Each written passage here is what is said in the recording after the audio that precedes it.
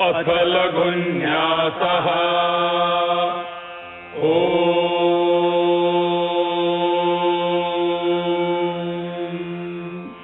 प्रजनने ब्रह्मा तिष्ठतु, पादयोर्विष्णुस्तिष्ठतु, हस्तयोर्हरस्तिष्ठतु, बाह्वोरिन्द्रस्तिष्ठतु, जठरे अग्निस्तिष्ठतु, हृदये शिवस्तिष्ठतु, कण्ठे वसवस्तिष्ठन्तु, वक्त्रे सरस्वती तिष्ठतु, नासिकयोर्वायुस्तिष्ठतु, नयनयोः सूर्याचन्द्रमसौ तिष्ठेताम्, कर्णयोरश्विनौ देवौ तिष्ठेताम्, ललाटे रुद्रास्तिष्ठन्तु, मूर्ध्यादित्यास्तिष्ठन्तु, शिरसि महादेवस्तिष्ठतु, शिखायां चामुण्डा तिष्ठतु, पृष्ठे पिनाकी तिष्ठतु, पुरतश्रूली तिष्ठतु,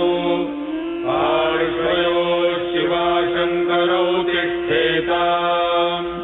सर्वतो वायुस्तिष्ठतु, ततो बहिः सर्वतोऽग्निर्ज्वालामालापरिवृतस्तिष्ठतु, सर्वेष्वङ्गेषु सर्वा देवता यथा यथा स्थानानि तिष्ठन्तु, मागो रक्षन्तु, यजमानगो रक्षन्तु। ॐ अग्निर्मे वाचिश्रितः, वाग्हृदये हृदयं मयि, अहममृते अमृतं ब्रह्मणि, वायुर्मे प्राणे श्रितः, प्राणो हृदये हृदयं मयि, अहममृते अमृतं ब्रह्मणि, सूर्यो मे चक्षुषि श्रितः, चक्षुर्हृदये हृदयं मयि, अहममृते अमृतं ब्रह्मणि,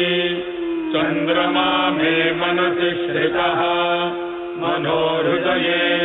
हृदयं मयि, अहममृते अमृतं ब्रह्मणि, दिशो मे श्रोत्रे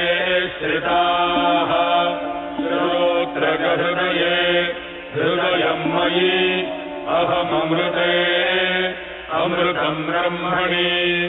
आपो मे रेतसि श्रिताः, रेतो हृदये हृदयं मयि, अहममृते अमृतं ब्रह्मणि, पृथिवी मे शरीरे श्रिता, शरीरगहृदये हृदयं मयि, अहममृते अमृतं ब्रह्मणि, ओषधिवनस्पतयो मे लोमसु श्रिताः, लोमानि हृदये हृदयं मयि, अहममृते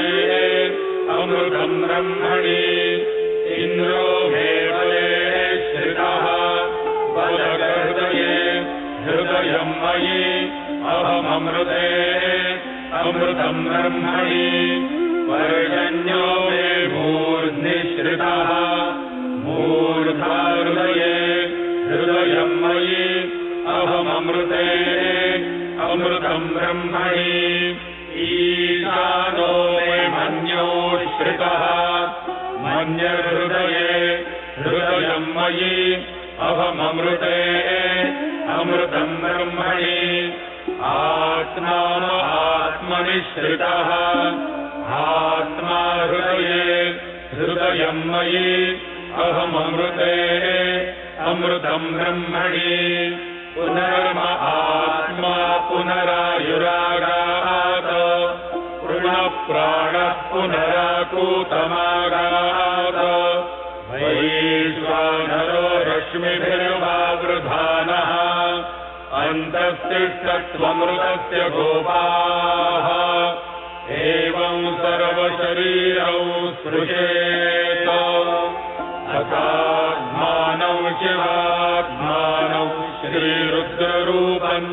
ध्यायेत्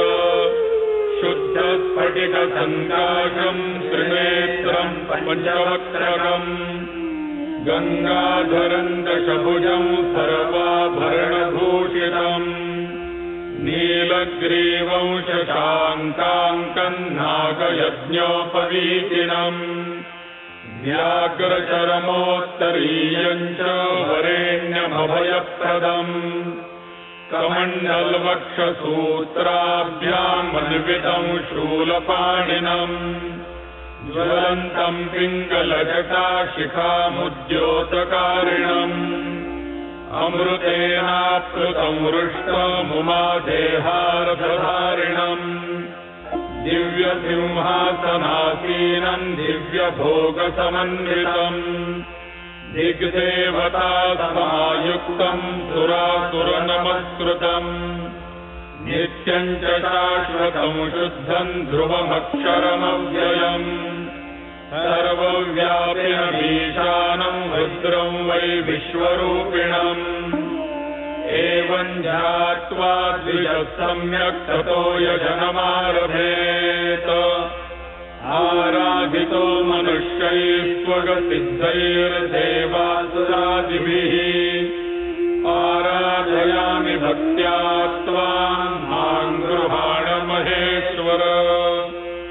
आत्वा वहन्तु हरयस्तचेतश्वेतैरैर्वैः सह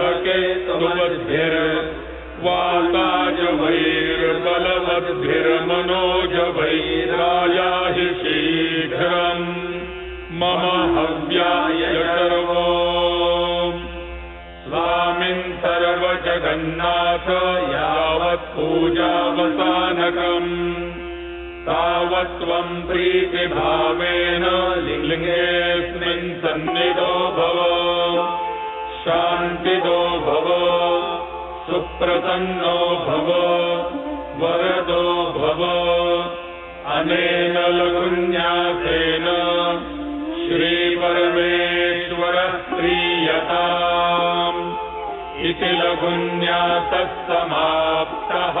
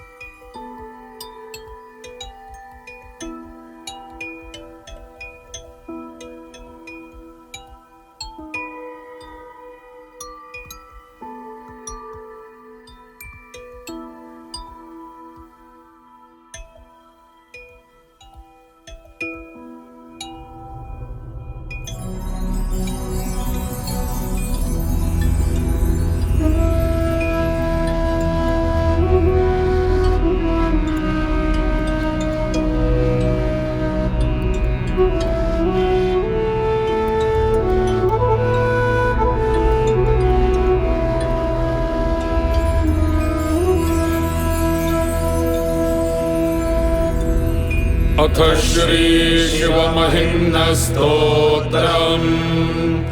पुष्पदन्त उवाच महिम्नः पारन्ते परमविदुषो यद्य सदृशी स्तुतिर्ब्रह्मादीनामपि तदवसन्नास्त्वयि गिरः अथावाच्यः सर्वस्वमतिपरिणामावधिगृह्णन् ममाप्येष स्तोत्रे हरनिरपवादः परिकरः अतीतः पन्थानन् तव च महिमा वाङ्मनसयो तद्व्यावृत्यायन् चकितमभिधत्ते श्रुतिरपि सकस्य स्तोतव्यः कतिविधगुणः कस्य विषयः पदे त्वरवाचीने पतति न मनः कस्य न वचः मधुस्फीता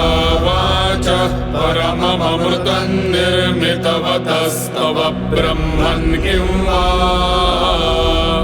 गपिसुरगुरोर्विस्मयपदम् मम त्वेतां वाणीं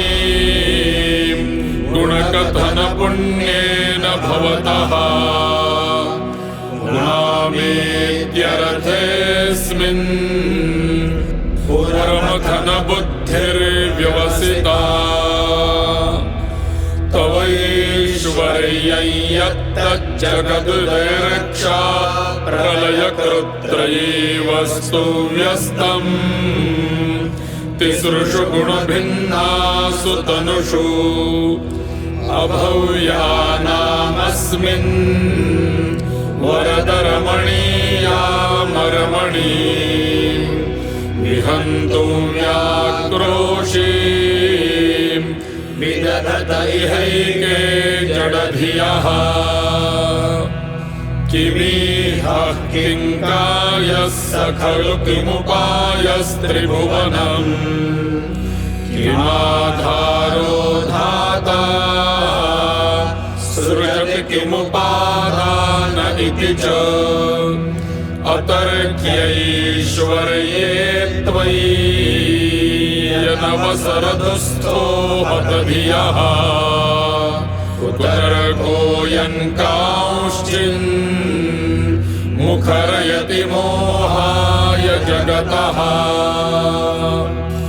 अजन्मानो लोकाः किमवयववन्तोऽपि जगता मधिष्ठातारं किं भवविधिरनादृत्य भवति अनीशो वा कुर्यात् भुवनजननेकः परिकरो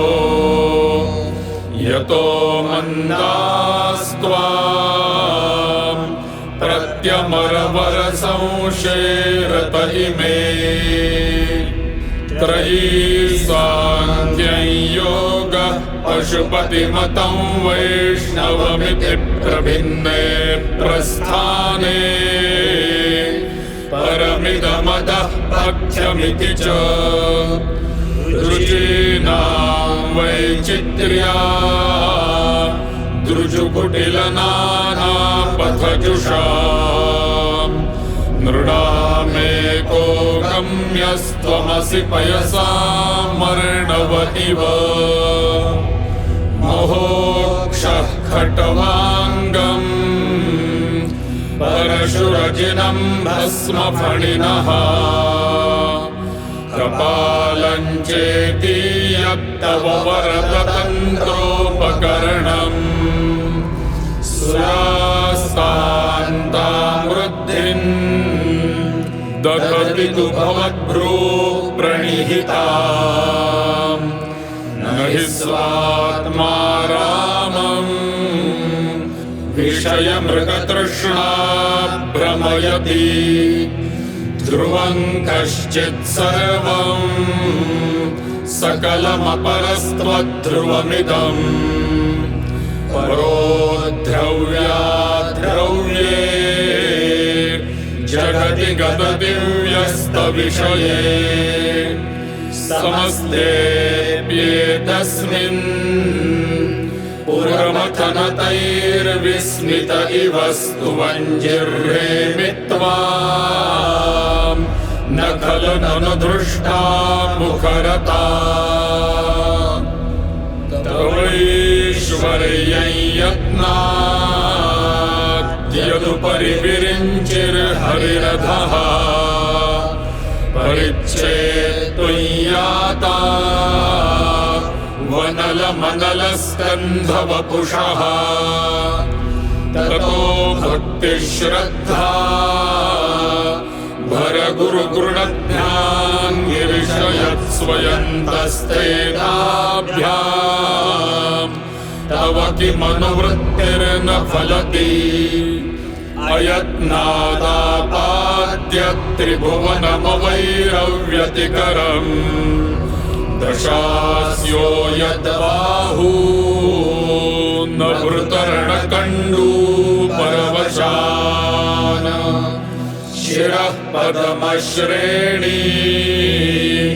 रचितचरणाम्भोर्भवलेः स्थिरायास्त्वद्भक्ते त्रिपुरहरविस्फूर्जितमिदम्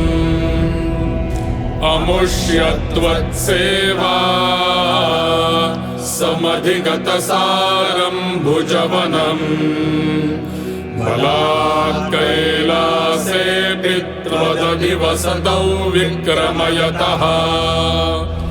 अलभ्या पातालेऽप्यलसचलिताङ्गुष्ठशिरसि प्रतिष्ठा त्वय्यासीत् ध्रुवमुपचितो मुह्यति खलः यदृद्धिं सुत्राम्णो वरद परमोच्चैरपि सति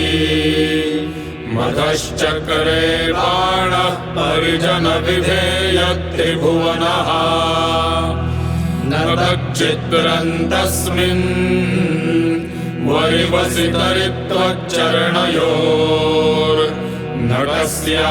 वरिवसितरित्वच्चरणयोर्नटस्याप्युन्नत्यै भवति शिरसस्त्वय्यवनतिः अकाण्ड ब्रह्माण्ड क्षयचकितदेवासुरकृपा विधेयस्यासीद्यस्त्रिनयन विषौ संहृतवतः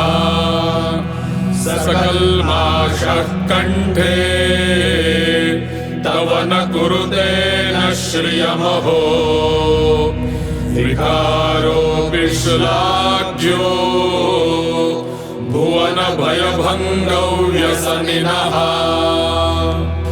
असिद्धार्था नैव क्वचिदपि सदेवासुरनरे निवर्तन्ते नित्यं जगति जयिनो यस्य विशिखाः सपश्यन्नीशत्वा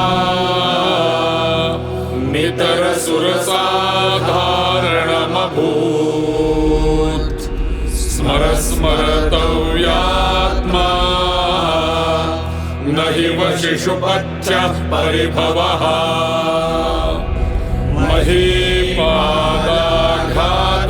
महीपादाघातात् व्रजति सहसा संशयपदम् पदं विष्णोर्भ्राम्यत् भुजपरिधरुग्णग्रहगणम् मुहुर्द्योर्दौ स्थैया त्यनिभृतजटाताडिततटा जगद्रक्षायै त्वं नटसि ननु वामैव विभुता यद्व्यापीतारा गणगुणितफेनोद्गमरुचिः प्रवाहो वारायः पृषतलघुदृष्टः शिरसि ते जगद्वीपाकारम् जलधिवलयन्तेन कृतमित्यनेनैवोन्नेयम् धृतमहिमदिव्यं तव वपुः रथः क्षोणीयन्ता शतधृतिरगेन्द्रो धनुरथो रथाङ्गे चन्द्रार्कौ रथचरणपाणिशर इति दिदक्षोस्ते कोऽयम्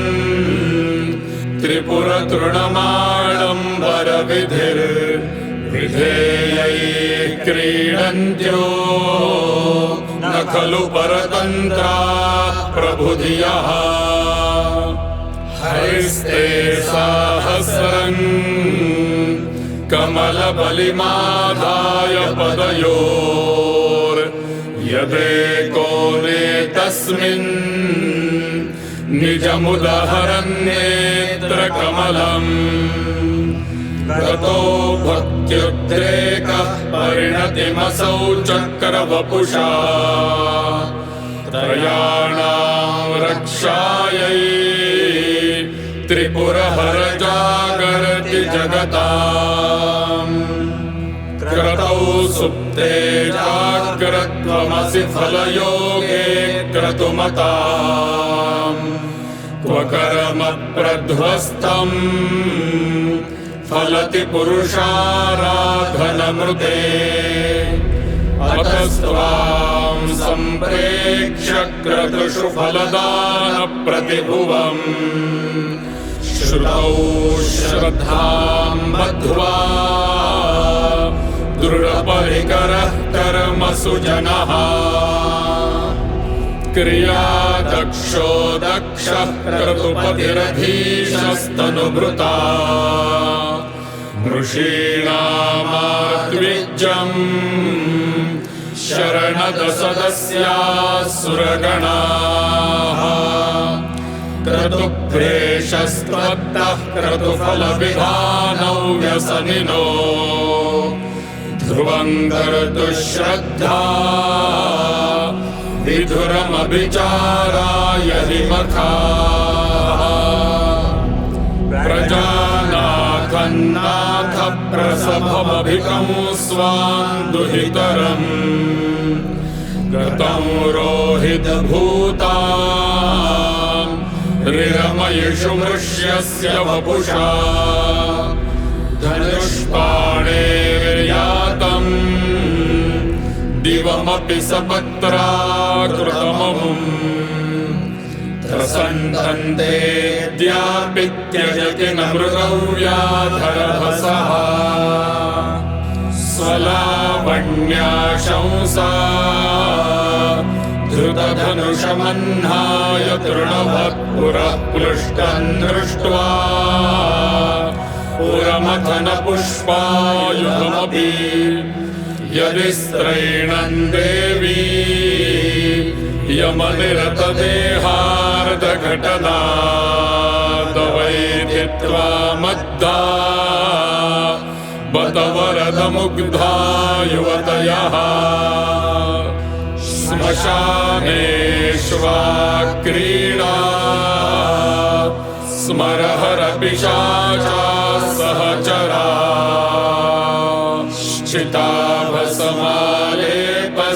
चिताभस्मालेपस्रगपिनकरोटी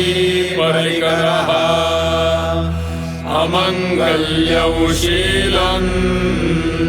तव भवतु नामैवमखिलम् तथापि स्मरतॄणाम् वरद परमं मङ्गलमसि मनः प्रत्यक्चित्ते सविधमवधायात्तमरुतः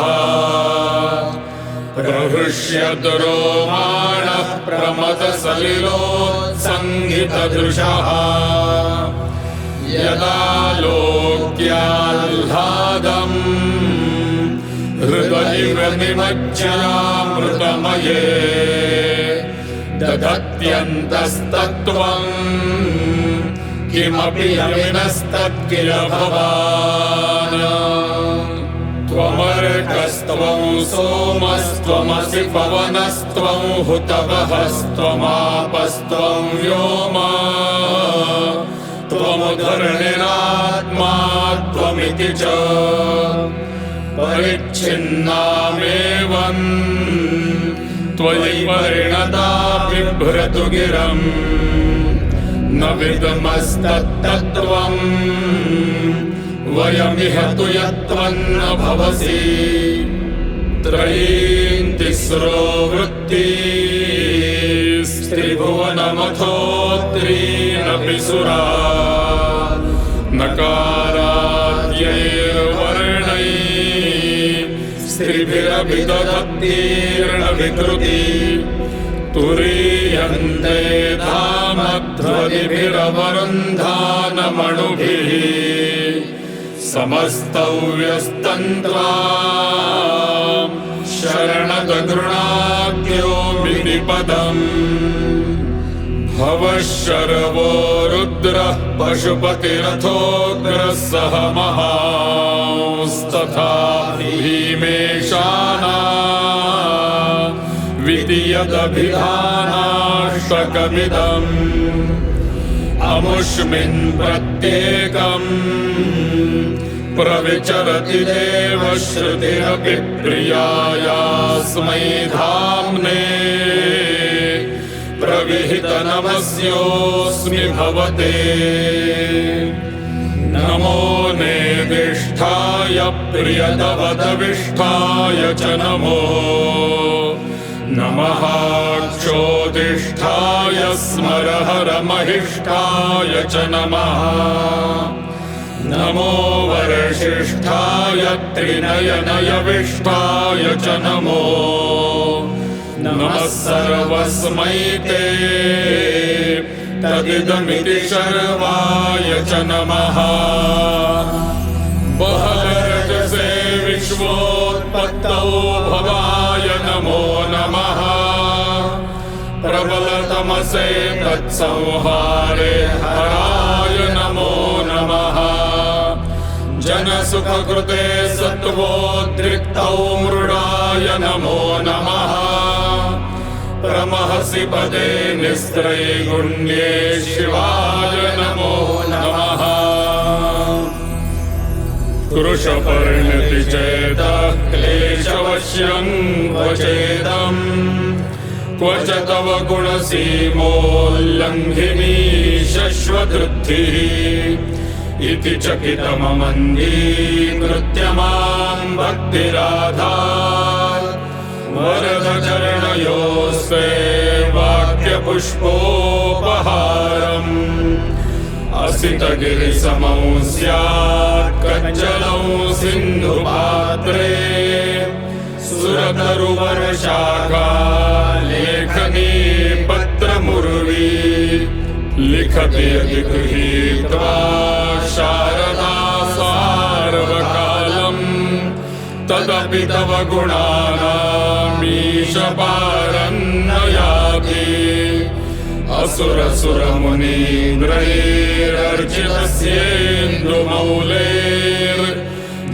असुरसुरमुनीन्द्रैरर्चितस्येन्दुमौलेर्ग्रथितगुणमहिम्नो निर्गुणस्येश्वरस्य सकलगणवरिष्ठः पुष्पदन्ताभिधानो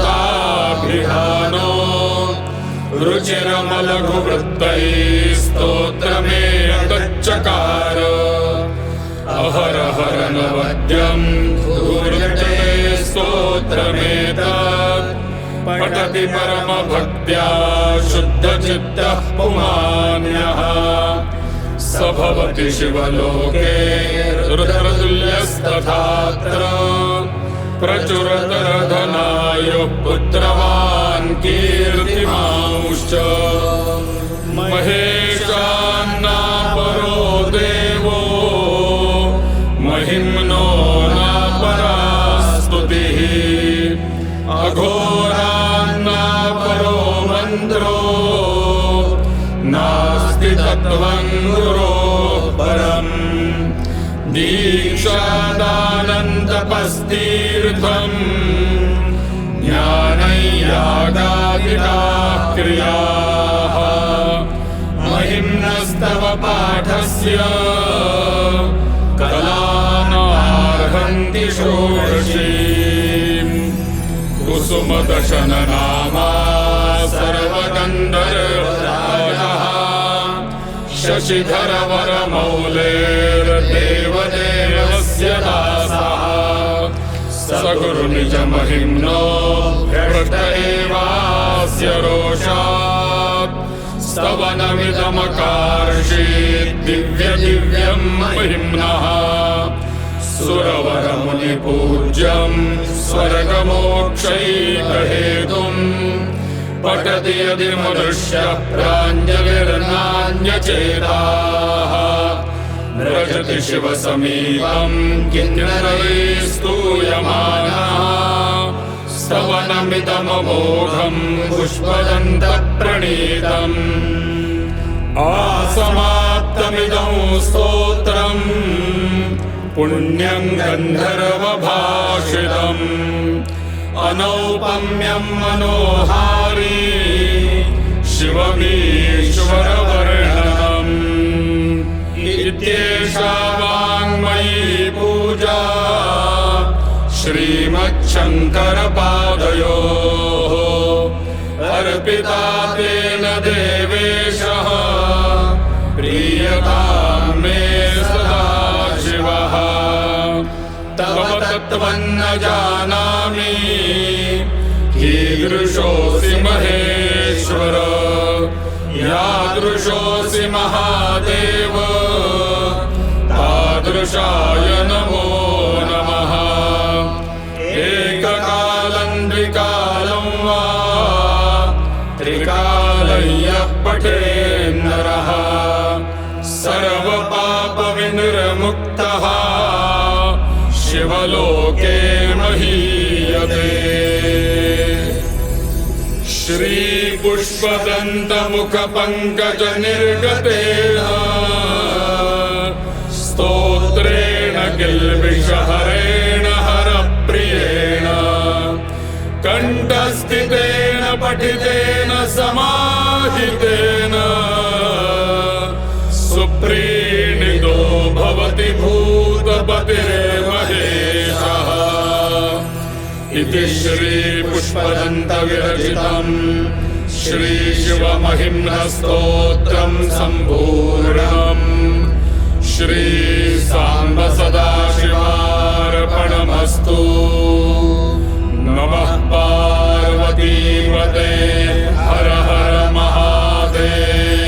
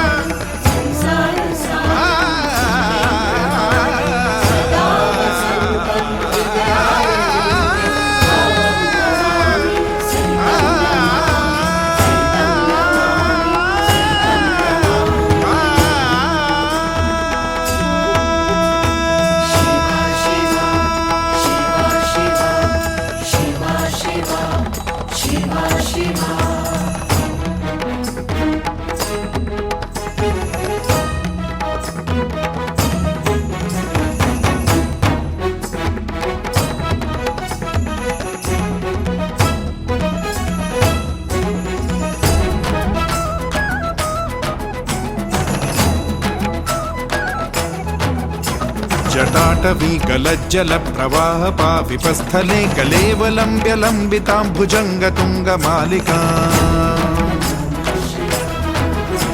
जटाटवी गलज्जल प्रवाह पाविपस्थले कलेवलम्ब्य लम्बिताम्भुजङ्गतुङ्गमालिका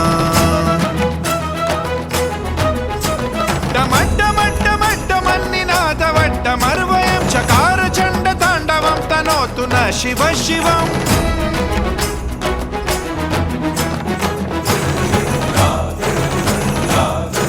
जटारूपी वन से जिनके बहती गंगा धारा पवित्र कंठ में विशाल सर्पों को संभारा डमरू बजा के तांडव नृत्य करते ऐसे भोले शिव कर मंगल हमारा मंगल हमारा।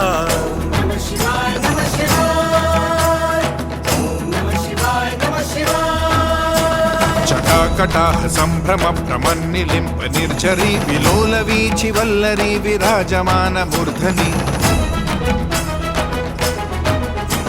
धगद्धगद्धगज्ज्वलल्ललाट पट्ट पावके किशोर चन्द्रशेखरे रति प्रतीक्षणं मम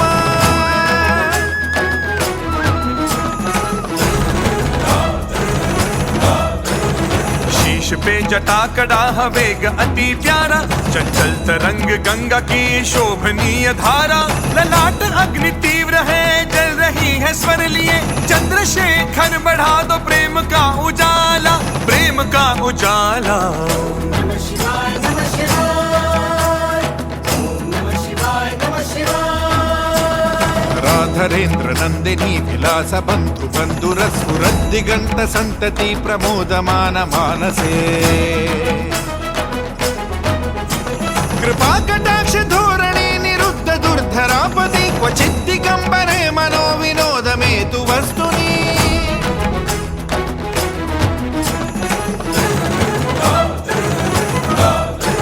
गिरिराज पुत्री के मुकुट से छा रही है आभा, जिसे देख मन में जिनके हर्ष अति विराजा। जिनकी दया दृष्टि से विपत्ति है हटती, ऐसे दिगंबर में मन मेरा लागा, मन मेरा लागा।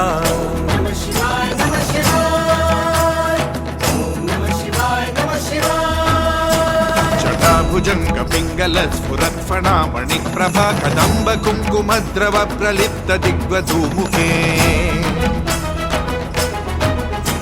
मदान्त सिन्दूर स्फुरत्वगुत्तरीय मेदुरे मनोविनोदमद्भुतं बिभर्तु भूत भर्तरी।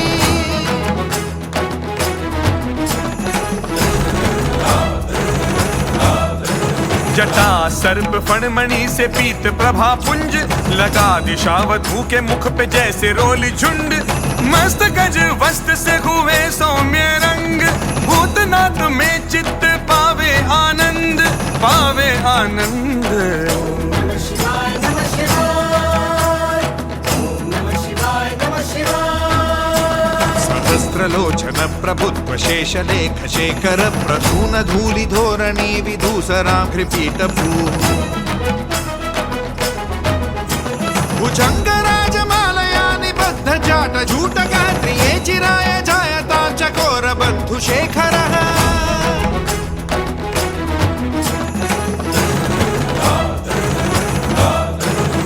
इंद्र आदि देवता के सिरों में जो माला, कुसुम की उसी धूली से जिनका पग निराला। नागराज हार से जिनकी जटा सोहे, चंद्रशेखर मोहे तो संपत्ति अपारा, संपत्ति अपारा। नमः शिवाय नमः शिवाय, ओम नमः शिवाय नमः शिवाय। ललाट चत्वरज्वल धनंजय स्वलिंगबानि भीत पंचसायकं नमन्निलिम्पनायकम्। सुधामयूखलेखया विराजमान शेखरं महाकपालि संपदे शिरो जटालमस्तु नः।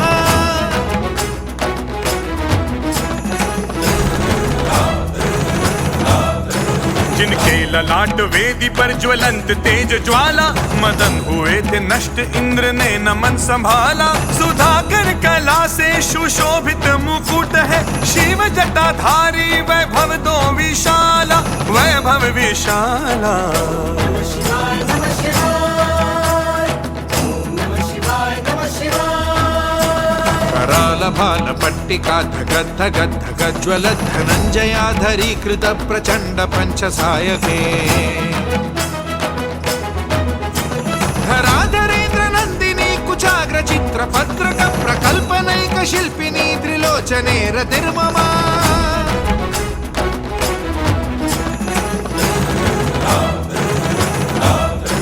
विकराल भाल पट्ट पे अग्नि स्वर है न्यारा, उसी प्रचंड अग्नि से मदन गया था मारा। गिरिराज पुत्र की जो करे चित्रकारी, त्रिनेत्र धारी में प्रेम है अपारा, प्रेम है अपारा।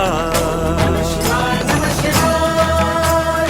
ओम नमः शिवाय नमः शिवाय। नमः शिवाय ओ नमः शिवाय ओ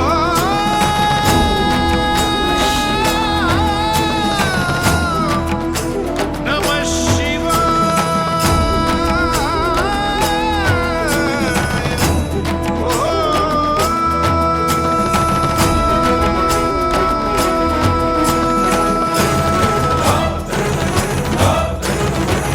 मेघमण्डली निरुद्ध दुर्धर स्फुरत् कुहूनि शीथनीतमः प्रबद्ध बद्ध कन्धरः। निलिम्ब निर्झरीधरस्तनोतु वृत्ति सिन्धुरः कलानिधान बन्धुरः श्रियञ्जगन्धुरन्तरः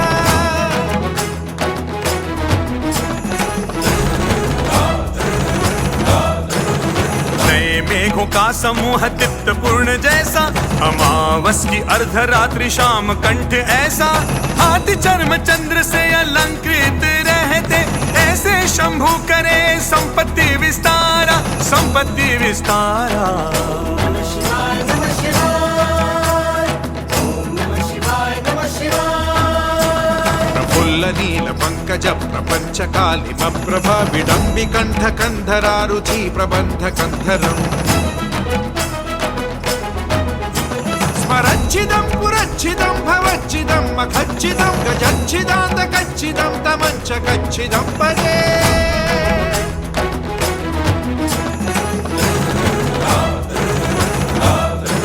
खिला समूह नील कमल ऐसा कंठ लागे, श्याम प्रभा शोभित मृत्युंजय शिव साजे, त्रिपुर मदन हाथी अंधकासुर विनाशक, दक्ष यज्ञ नाशक को भजू मैं सदा ही, भजू मैं सदा ही। शिवाय नमः शिवाय ओम नमः शिवाय नमः शिवाय अगर्व सर्व मंगला कला कदम्ब मंजरी रस प्रवाह माधुरी विजृंभणा मधुव्रतम् स्मरान्तकं पुरान्तकं भवान्तकं मखान्तकं गजान्तकान्तकान्तकं तमन्तकान्तकं भजे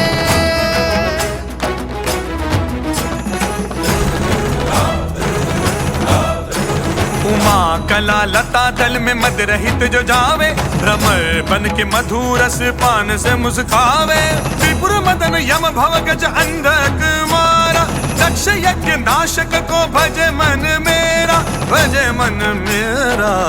नमः शिवाय नमः शिवाय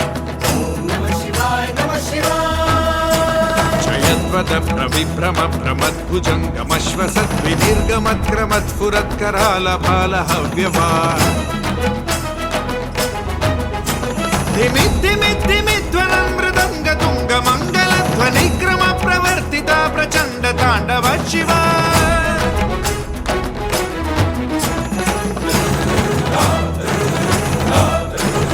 तीव्र वेग भाल पे भ्रमण सर्प न्यारा, ओंकार से ललाट पर अग्नि धधक धारा, धिम धिम मृदंग ध्वनि शिव तांडव करते, मन मोरा शंकर का करे जयकारा, करे जयकारा। नमः शिवाय नमः शिवाय ओम नमः शिवाय नमः शिवाय श्रुषड्विचित्र तल्पयोर्भुजंग मौक्तिकस्रजो गरिष्ठ रत्नलोष्टयो सुहृद्विपक्ष पक्षयो तृणारविन्द चक्षुषो प्रजामहि महेन्द्रयो समप्रवृत्तिकः कदा सदा शिवं भजाम्यहम्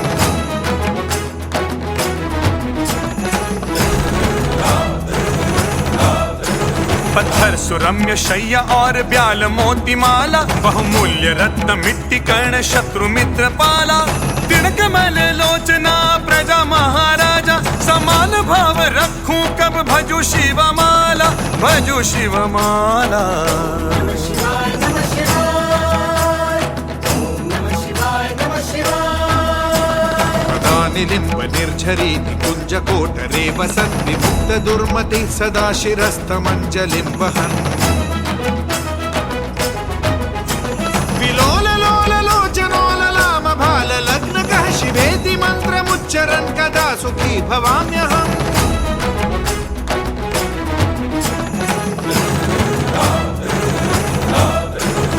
गंगा तट निकुंज में निवास कब करूंगा, निष्कपट होके सिर पे अंजलि धरूंगा, त्रिनेत्रधारी सुंदर ललाट वाले, सुख पाके कब शिव मंत्र पढ़ूंगा, मंत्र पढ़ूंगा।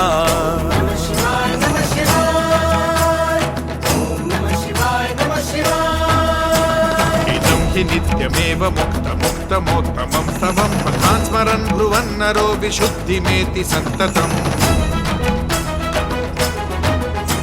हरे गुरौ सुभक्तिमाशु याति नान्यथा गतिं विमोहनं हि देहिनां सुशङ्करस्य चिन्तनम्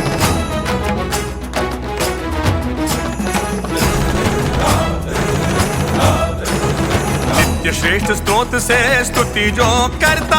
पाठ स्मरण कथन करे वो शुद्ध रहता। भक्ति मुक्ति देते शीघ्र गुरु शंकर, शिव जी का चिंतन ही मोहनाश करता, मोहनाश करता।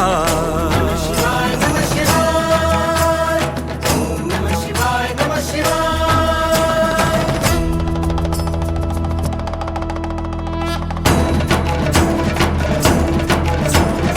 पूजावसान समये दशवक्त्र गीतम्